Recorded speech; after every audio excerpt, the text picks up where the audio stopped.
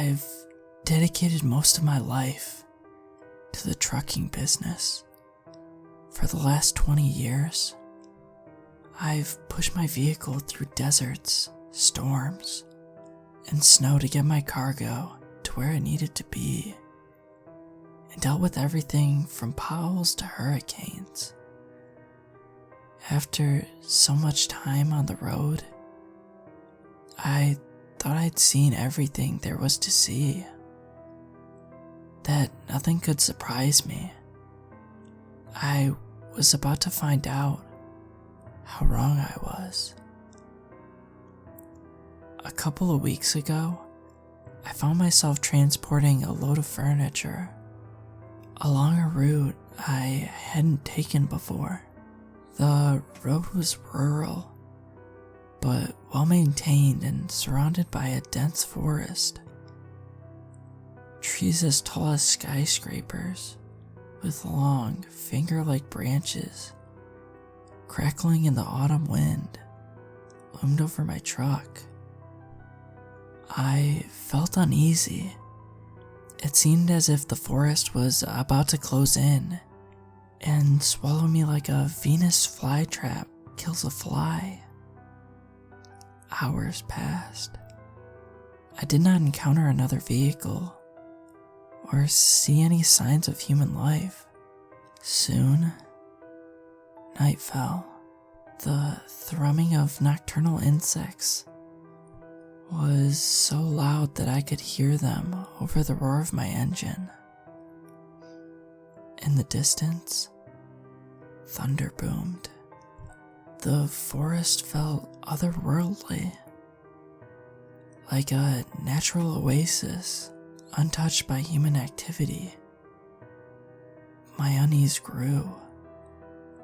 Around midnight, I started looking for somewhere to pull over for the night, but the tree line had only grown thicker. A curtain of rain descended and spread out across the road. As the night drew on, I became sleepier and sleepier. Normally, I'm pretty good at staying awake, but that night, I felt as if I had been drugged. The rhythm of the rain did not help. The temperature dropped. The interior of the truck went from pleasant to icy in a matter of seconds. Goose flesh rose across my skin. I sleepily raised a white-knuckled finger to turn on the heater when I noticed a stag lying in the middle of the road. Was it dead?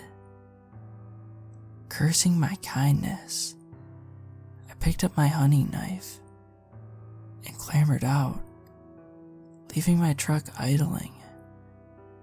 The rain droplets were like cold bullets, piercing the skin of my arms, and the howling of the wind brought images of savage, black-haired wolves to my mind. Stumbling through the frigid air, I reached the stag. The headlights of my vehicle illuminated it. I could see this wasn't roadkill. The poor animal was peppered with needle-like bite marks across its head and legs, and its stomach was ripped open, exposing the organs underneath to the open air. Yet somehow, it still lived.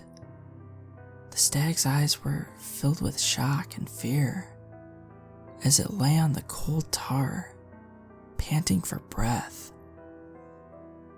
Grimacing as the grotesque sight before me, I knelt and used my knife to end the stag's misery. The trees around me convulsed in the wind as I performed the dreadful deed. A small pit of fear formed in my stomach. I got the uncomfortable feeling that something was watching me. With dread building, I stood up, turned around and saw something horrifying. Beyond comprehension. A beast, at least 8 feet tall, blocked my path back to the truck.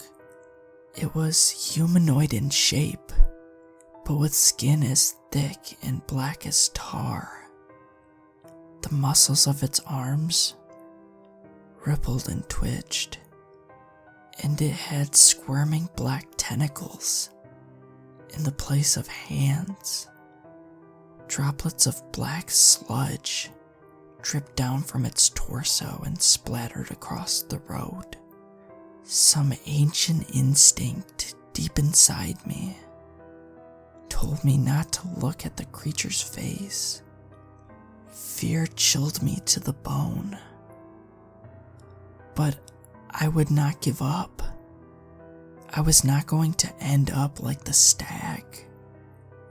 Sprinting as fast as I could, I dodged past the groping tentacles and clambered into my behemoth of a vehicle, slamming the door shut behind me.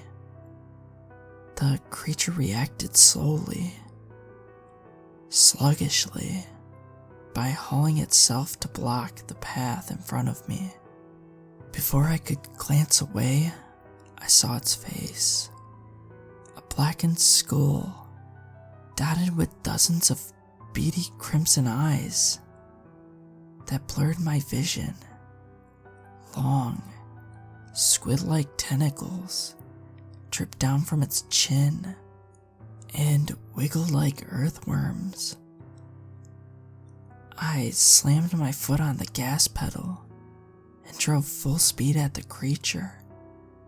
With surprising agility, it squirmed out of the way and latched onto the truck with one of its tentacles.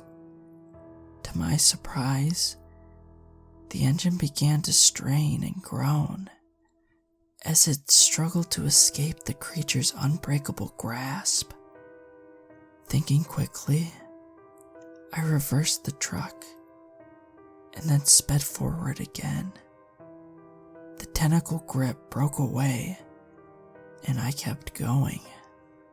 Behind me, I could hear the slobbery moans of the creature in the rain as it pursued me. I drove for hours, adrenaline rushing through my veins, until I finally reached a small forest town. I'm still here, days later. I know my superiors will punish me for abandoning the job, but I can't make myself take the open road again. I see those horrible crimson eyes and dripping tentacles every time I blink. Please, don't go looking for trouble. There are still some places on this planet humanity wasn't meant to explore.